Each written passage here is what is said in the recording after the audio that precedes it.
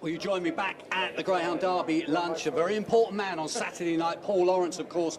You'll be calling the big race, but no first night nerves. You did this last year. Yeah, at Nottingham. I think it'll be slightly different circumstances because, of course, it was the COVID year last year where there were so many restrictions. I did it from a monitor, so I couldn't actually look out onto the track. Wasn't allowed in the race office. But this year, and I think, you know, Towcester is just such a great setting, and it will be a real privilege this year, Jonathan, to call the final. Yeah, no dodges. Fantastic. Looking forward to that. It's a few days away, but you know, you're a shrewd greyhound man, analysing races. How do you see Saturday's final after the draw? To be fair, I think the draws worked out reasonably well. You know, I think no one really wanted to see Dearjet Sydney in 4 or 5 particularly too far out, but I actually think that Emma mentioned to Lorraine earlier on that before the draw that she would like 2 ideally. She got 2.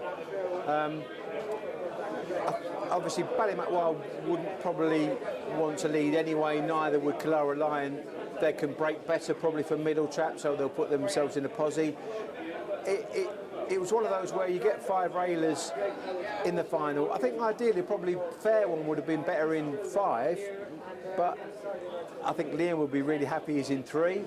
So I think the draws worked out really well. I think Dearjet Sydney's got a great chance of cracking out and leading.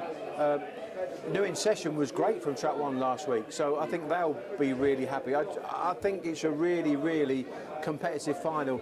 And obviously Patrick's going to be really pleased with Thorn Falcon being the sole wide seed. And he felt that maybe he could get a decent break and get himself in. I think it's wide open, and I wouldn't like to say who.